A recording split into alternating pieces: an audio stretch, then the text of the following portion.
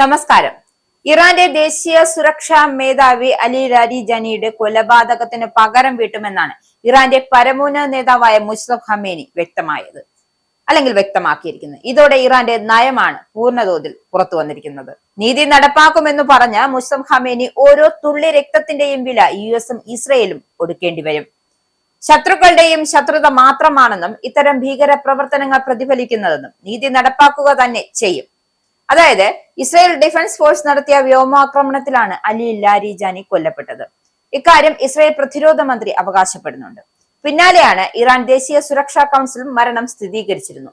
Ali Larijani കൊല്ലപ്പെട്ടു എന്ന അഭ്യൂഹങ്ങൾക്കിടെയായിരുന്നു Iran secretary of Supreme National Security കൗൺസിലിന്റെ പുതിയ മേധാവി ആരാകും എന്ന ചർച്ചകളും സജീവമാകുന്നത്. ലാരിജാനിക്ക് പകരക്കാരനായി IRGC മുൻ കമാൻഡർ മൊഹ്സൻ റസായി പേരിന് മുൻതൂക്കം നൽകുന്നുണ്ട്.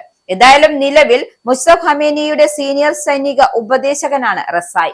തിങ്കളാഴ്ചയാണ് മുസ്തഫ ഈ സ്ഥാനത്തേക്ക് റസായിയെ നിയമിച്ചതും. 1981 മുതൽ 1997 വരെ 16 വർഷം ഇറാൻ സൈന്യമായ ഇറാൻ റവല്യൂഷണറി ഗാർഡ്സ് കോർപ്സിന്റെ കമാൻഡർ ഇൻ ചീഫ് ആയിരുന്നു റസായി. 27-ാം വയസ്സിലാണ് റസായി ഇറാൻ സൈന്യത്തിന്റെ ഭാഗമാകുന്നത്. ഒന്നിലധികം തവണ ഇറാൻ പ്രസിഡന്റ് തെരഞ്ഞെടുപ്പിൽ റസായി മത്സരിച്ചിട്ടുണ്ട്. ഇസ്രയേലും ഹിസ്ബുള്ളയും തമ്മിലുള്ള പോരാട്ടം ലെബനെ തകർക്കുകയാണെന്നും ലെബനിൽ ഇതുവരെ 773 പേർക്ക് ജീവൻ നഷ്ടപ്പെട്ടു. തെക്കൻ ലെബനിലെ സിദോനിൽ കാറിനു നേരെയും നടന്ന മിസൈൽ ആക്രമണവും ഇറാന്റെ ഇന്റലിജൻസ് മന്ത്രി ഇസ്മായിൽ ഖത്തീബിനെ ലക്ഷ്യം വെച്ച് രാത്രിയിൽ നടന്ന ആക്രമണവും സംഘർഷത്തിന്റെ വ്യാപ്തി കൂട്ടുകയാണ്.